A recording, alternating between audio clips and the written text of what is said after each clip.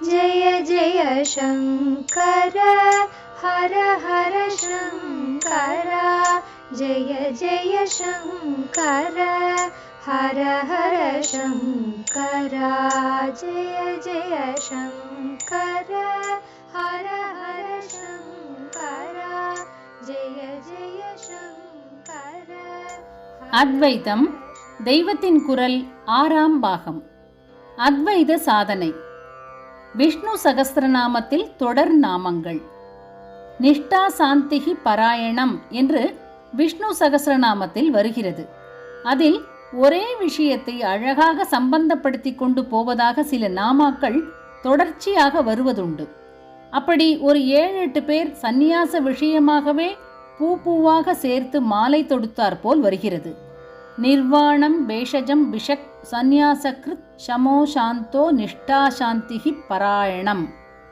விரல் விட்டு எண்ணி இப்படி 9 நாமாக்கள் ஒரே விஷயமாக வருகின்றன. நிர்வாணம் அதுதான் ஞான யோகத்தின் முடிவு. சகுணமாக விஷ்ணு என்று இருப்பவனேதான் அப்படி இருப்பவனும். பேஷஜம் என்றால் மருந்து. பவரோகத்திற்கு அதாவது சம்சார வியாதிக்கு மருந்தான ஞானம் என்று அர்த்தம். அருமருந்தொரு தனி மருந்து என்று பாடுகிற மருந்து. முத்துத்தாண்டவர் என்கிற நடராஜா பக்தரின் பாட்டு அது. அவர் சங்கீத திரிமூர்த்திகளுக்கு முற்பட்ட காலத்தில் இருந்தவர். அவரை பாம்பு கடித்த போது நடராஜாதான் மருந்து என்று சொல்லி இந்த பாட்டை பாடினாராம். உடனே விஷமும் இறங்கி விட்டதாம். கர்மா விஷம் ஏறிய போது ஞானமான விஷங்கொல்லி பூண்டாக வருகிறவன் பகவான் தான். மருந்தும் அவனே, மருந்து தருகிற வைத்தியனும் அவனே. அதைத்தான் பிஷக் என்று சொல்லி இருக்கிறது.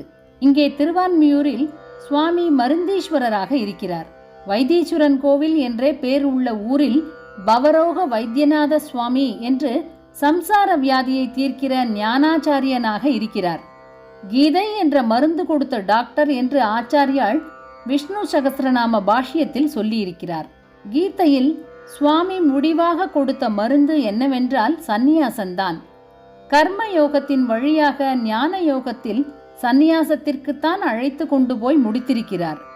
ஆயுர்வேதத்தில் பேதிக்கு கொடுத்துவிட்டு அப்புறம் மருந்து தருவதுண்டு. அப்படி கர்மா கழிஷடை எல்லாம் போகவே கர்மயோகத்தை கொடுத்துவிட்டு அப்புறம் மருந்தாக ஞானத்தை கொடுக்கும்போது சந்நியாசத்தை விதித்திருக்கிறார். ஆதியில் 4 ஆசிரமங்களையும் அவர்தான் உண்டாக்கி அந்தியாசிரமமாக அதாவது முடிவில் உள்ள ஆசிரமாக இதை ஏற்படுத்தியவர். சந்நியாசகிருத் என்ற நாமா அதைத்தான் தெரிவிக்கிறது. சந்நியாசகிருத் சமோ சமோ சமம் சமம் என்று நிறைய பார்த்து கொண்டு போனோமே, அதுவும் பகவத் ஸ்வரூபந்தான். மனசு அடங்குவது அதுதானே சமம். அதுதான் ஞான யோகத்தின் உயிர் நிலை. துளி கூட அடங்காமல் அடங்கா பிடாரியாக இப்போது நமக்கு இருப்பதிலிருந்து துளி துளியாக அது அடங்கிக் கொண்டே போவதில் எத்தனையோ ஸ்டேஜ்கள். முடிவில் துளி கூட மனசு என்று ஒரு வஸ்து இல்லாமல் அது அப்படியே ஆத்மாவிலே அடங்கி போவதுதான் சித்திஸ்தானம். அதுதான் சந்நியாசிக்கு லட்சியம். 4 ஆசிரமிகளில் ஒவ்வொருத்தனுக்கும் இதுதான் தர்மம் என்று சொல்கிற ஒரு ஸ்மிருதி கொட்டேஷன் ஆச்சாரியால் இந்த இடத்தில் கொடுத்திருக்கிறார். அதில் சந்நியாசிக்கு சமம் தர்மம், வானப்பிரஸ்தனுக்கு நியமம் என்ற கட்டுப்பாடான தபோவிரதங்கள் தான் தர்மம், கிரகஸ்தனுக்கு தானம் தர்மம், பிரம்மச்சாரிக்கு தர்மம் குரு சுஷ்ருஷை என்று இருக்கிறது. குறிப்பு: யதீனாம் பிரசமோ தர்மோ நியமோ வனவாசினாம் தானமேவ கிரகஸ்தானாம் சுஷ்ருஷா பிரம்மச்சாரினாம். அப்புறம் சாந்தக என்று நாமா வருகிறது. சமம் என்பதோடு கூடியவன் சாந்தன்.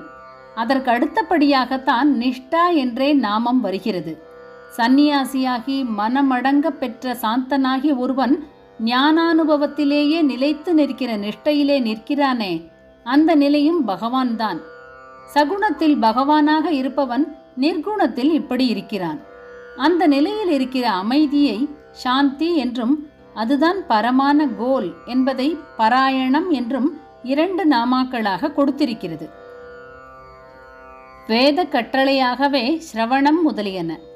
சந்நியாசத்துடன் மகா வாக்கிய உபதேசம், அதை பெற்றுக்கொள்வதே சிரவணம். உபதேசத்தை உருப்போட்டு அலசி அலசி ஆராய்ந்து உறுதிப்படுத்திக் கொள்வதான மனனம் என்பதும், அப்புறம் அதை பிரத்யக்ஷ அனுபவமாக்கிக் கொள்வதற்காக செய்யும் தியானமாகிய நிதித்தியாசனம் என்பதும் சாதனையை கம்ப்ளீட் பண்ணி விடுகின்றன. இந்த மூன்றும், அதாவது ஸ்ரவணம், மனனம், நிதித்தியாசனம், வேத கட்டளையாகவே ஏற்பட்டவை. சமம், தமம், உபரதி, திதிக்ஷை முதலியவற்றை சொல்லும் அதே உபனிஷத் வாயிலாகத்தான் இந்த மூன்றையும் வேதம் கட்டளையிட்டிருக்கிறது. குறிப்பு: பிருகதாரண்யக உபனிஷத் 2வது அத்தியாயம் 4.5. சமம், தமம் முதலியவற்றை நேரே கட்டளையாக ஆர்டராக போடாமல் ஒரு ஞானி அந்த ஆத்ம சம்பத்துக்களை உடையவனாக, அதாவது சாந்தனாக, தாந்தனாக, உபரதனாக எல்லாம் இருப்பான் என்று சொல்வதன் மூலம் மறைமுக விதியாகத்தான் விதித்திருக்கிறது. ஆனால் இந்த மூன்றையோ இன்ஜெக்ஷன் என்கிறார்களே, அப்படி அதிகாரபூர்வமான கட்டளையாகவே போட்டிருக்கிறது. ஸ்ரோதவ்யோ மந்தவ்யோ நிதித்தியாசிதவ்யோ. ஆத்ம தத்துவமே ஸ்ரவணம் செய்யப்பட வேண்டும், மனனம் செய்யப்பட வேண்டும், நிதித்தியாசனம் செய்யப்பட வேண்டும் என்று ரூலாகவே கொடுத்திருக்கிறது. ஜெய ஜெய சங்கர, ஹர ஹர சங்கர. மகா பெரியவா சரணம். जय जय शङ्कर, हर हर शङ्कर. जय जय शङ्कर, हर हर शङ्कर. जय जय शङ्कर.